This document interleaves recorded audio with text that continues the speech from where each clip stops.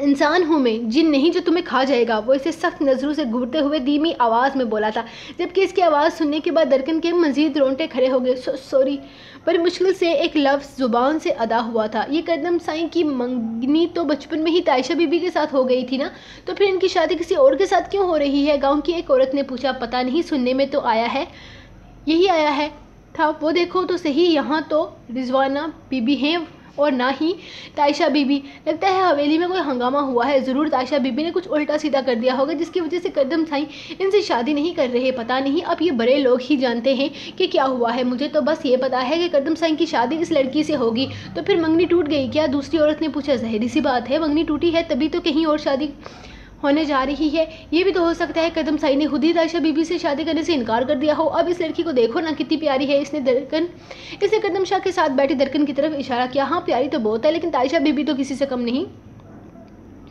ان کے کچھ فاصلے پر کھڑی نازیہ ساری باتیں سن چکی تھی۔ بابا سائیں کے ایک فیصلے نے عائشہ کی ذات کو سوالیہ نشان بنا دیا تھا۔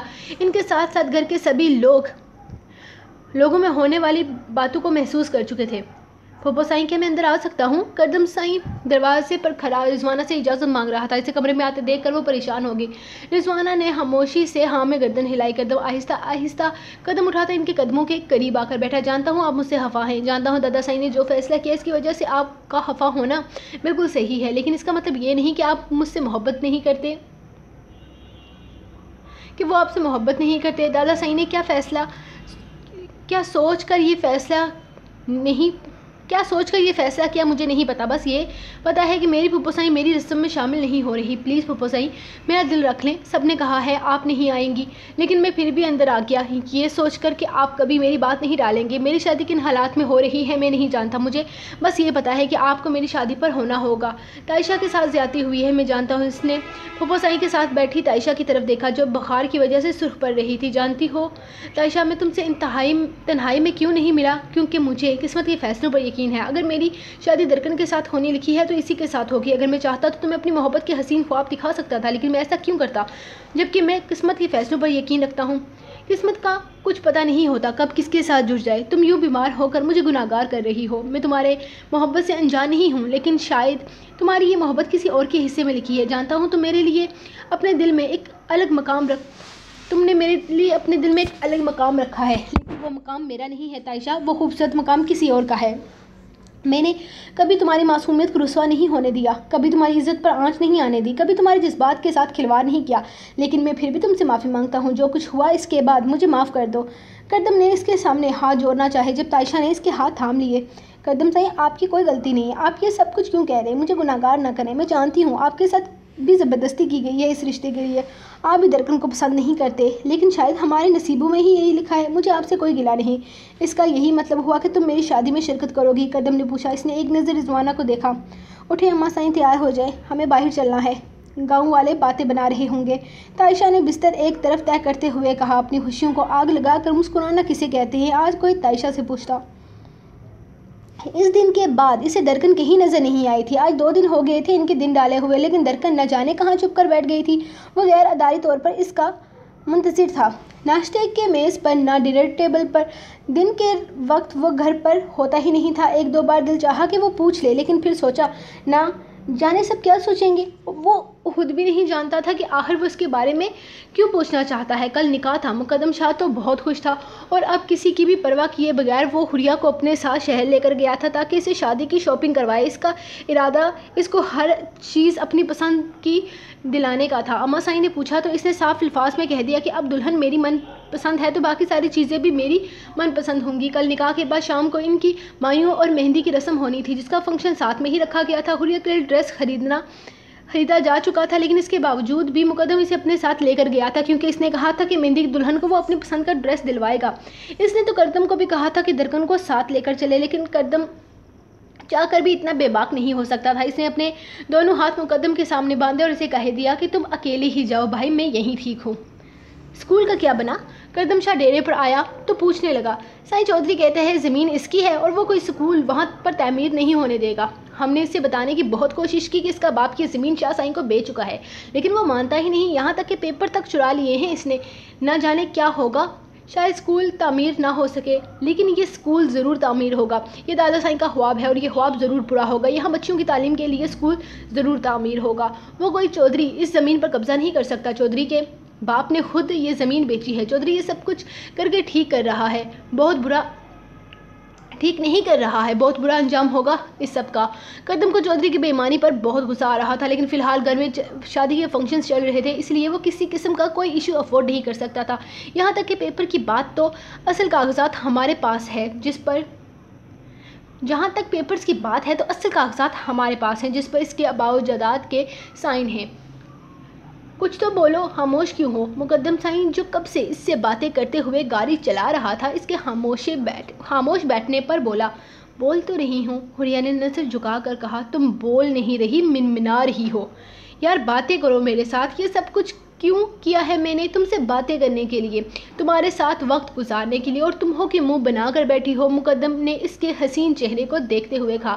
میں کیا بات کروں؟ حریہ کنفیوز ہوئی. میری تعریف ہی کر دو. مقدم نے جلدی سے جواب دیا. کیا تعریف کروں؟ حریہ سیریس انداز میں بولی. کچھ بھی تعریف کر دو. اپنی سوچ ہی بتا دو. یہی بتا دو کہ مقدم سائیں آپ اتنے ہینسم ہیں کہ پورے گاؤں کی لڑکیاں مرتی ہیں آپ پر, اور آپ کا دل مجھ پر آ گیا ہے. آپ ہیں جو مجھ سے محبت کر بیٹھے ہیں, مجھے دیوانوں کی طرح چاہنے لگے ہیں, اور ایک میں ہوں جو آپ کو گھاس بھی نہیں ڈالتی. مقدم اس کے چہرے پر نظریں جمائے بولا تھا. مقدم سائیں یہ آپ کیا کہہ رہے ہیں؟ میں ایسا کبھی سوچ بھی نہیں سکتی. حریہ نے جلدی سے جواب دیا. مطلب میں تمہیں ہینسم نہیں لگتا؟ مقدم صدمے سے اس کی طرف دیکھنے لگا تھا. نہیں آپ لگتے ہیں. آگے جو آپ نے کہا. اچھا تو میں ہینسم ہوں. مقدم نے اس کی نظروں کو دیکھتے ہوئے کہا. حریہ شرما کر باہر دیکھنے لگی. اس شخص کی باتوں کا مقابلہ کرنا اس کے بس میں نہ تھا. دیکھا اب منہ پھیر لیا. ٹھیک ہی تو کہتا ہوں کہ تم مجھے گھاس نہیں ڈالتی. مقدم نے منہ بنا کر کہا. پتہ نہیں آپ کیا کیا سوچتے ہیں. میں نے کبھی نہیں سوچا ایسا آپ کے بارے میں. تو پھر کب سوچو گی جانے من؟ مقدم شوق ہوا. پلیز آپ اس طرح سے بات نہ کریں. اس نے اپنے سرخ گالوں کو دوپٹے سے چھپاتے ہوئے کہا. اوف یار کتنا شرماتی ہو تم.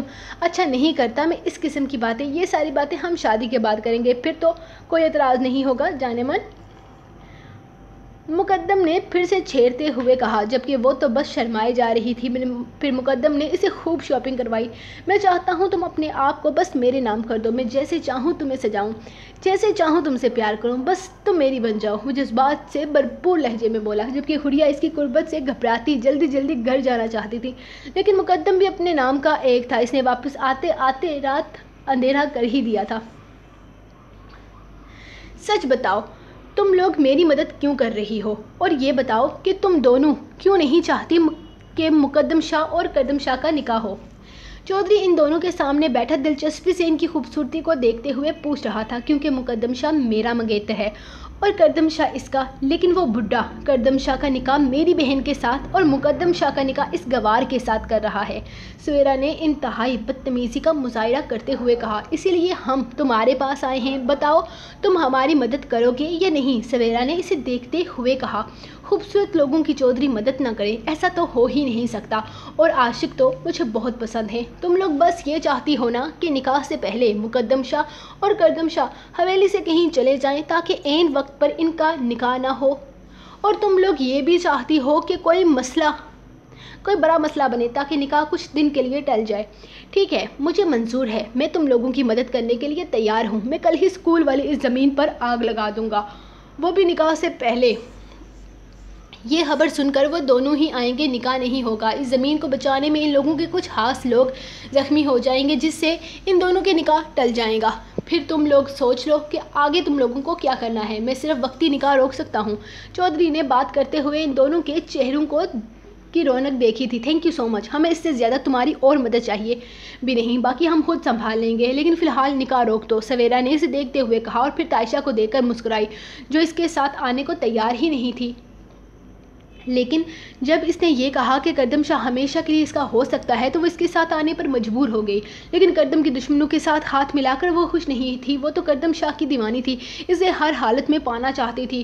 وہ اس کے لیے کوئی بھی قیمت چکانے کو تیار تھی. اسے بس کردم شاہ کا ساتھ چاہیے تھا. اسے لگ رہا تھا کہ اس کے ساتھ ناانصافی ہوئی ہے. اس نے زندگی کے ہر مقام پر کردم شاہ کو ٹوٹ کر چاہا تھا.